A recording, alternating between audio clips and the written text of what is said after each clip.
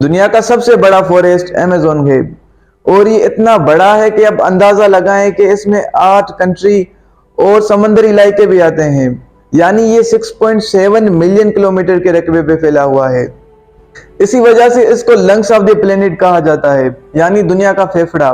ये इतना बड़ा है कि अब अंदाजा लगाएं कि इंडिया के साइज के 2 मुल्क इसमें आराम से फिट आ सकते हैं। अस्सलाम वालेकुम, मेरा नाम है उमेर अहमद और आप देख रहे हैं इन्फो बाय उमेर। दोस्तों, चैनल को सब्सक्राइब जरूर करें और वीडियो को लाइक करना बिल्कुल भी ना भूलिएगा। चलते हैं वीडियो की तरफ। इस जंगल में सिर्फ ऊंचे दरख्तों की 1,500 किस्में हैं और इसी तरह और छोटे मोटे दरख्तों की तकरीबन 750 किस्में हैं। और अगर जानवरों की बात की जाए तो एक अंदाजे के मुताबिक इसमें 1 करोड़ किस्मों के जानवर पाए जाते हैं। यहाँ पर ऐसे ऐसे जानवर, कीड़े मकोड़े मौजूद हैं जो कि आपको सिर्फ यहीं मिलेंगे, यानी कि वो यहाँ पर ही पैदा होते हैं और यहीं मर जाते हैं। ये इतना घना जंगल है कि आप अंदाजा लगाएं कि कुछ मकामात पर सूरज की रोशनी भी जमीन तक नहीं पहुंचती और आपको दिन के टाइम में भी वहां पर अंधेरा सा महसूस होगा। यहाँ पर बारिशें ज्यादा होती हैं, तो इसी वजह से इसको अमेज़न रेन फॉरेस्ट के नाम से जाना जाता है।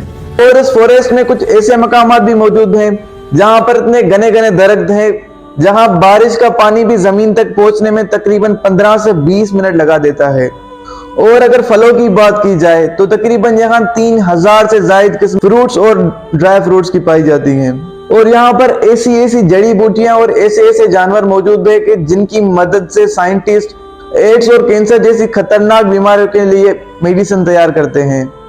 और अगर आपको जानने में इंटरेस्ट है कि हजारों साल पहले इंसान कैसे हुआ करते थे, तो ये नज़ारा आपको इस जंगल में देखने को मिल सकता है, क्योंकि इस जंगल में कुछ कुछ मकामात पर इंसान भी रहते हैं, लेकिन वो बिल्कुल पुराने जमाने के लोग यानी जमानों से यहीं पर रह रहे हैं, जिनको बाहरी दुनिया का कुछ भी नहीं पता।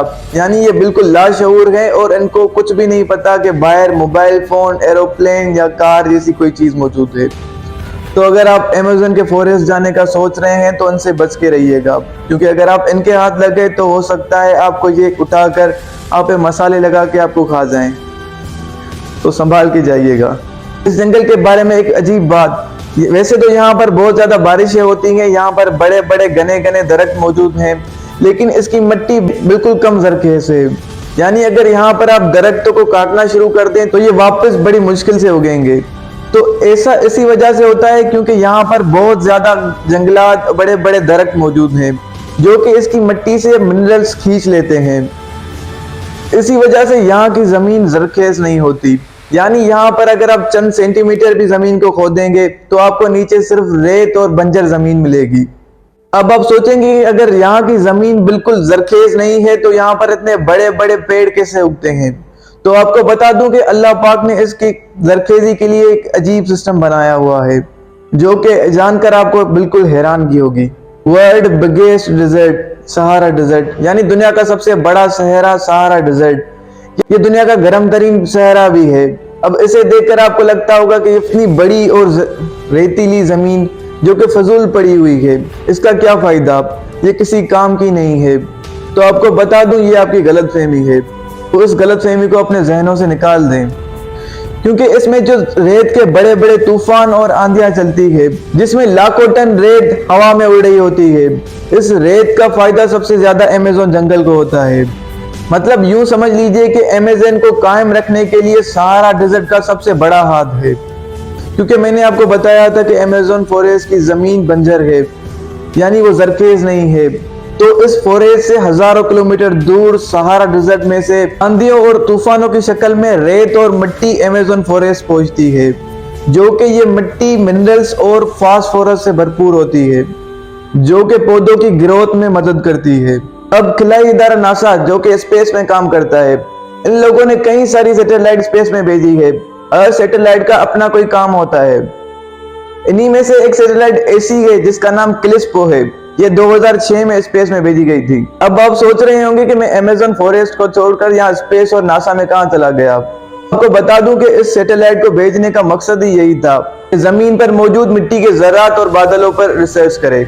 अब इसी सैटेलाइट ने 2007 से 2013 तक जो हमें तस्वीरें भेजी, तो रिसर्च करने के बाद पता चला कि हर साल लाखों टन मिट्टी सहारा डेजर्ट से होकर अमेज़न फॉरेस्ट तक पहुंचती है।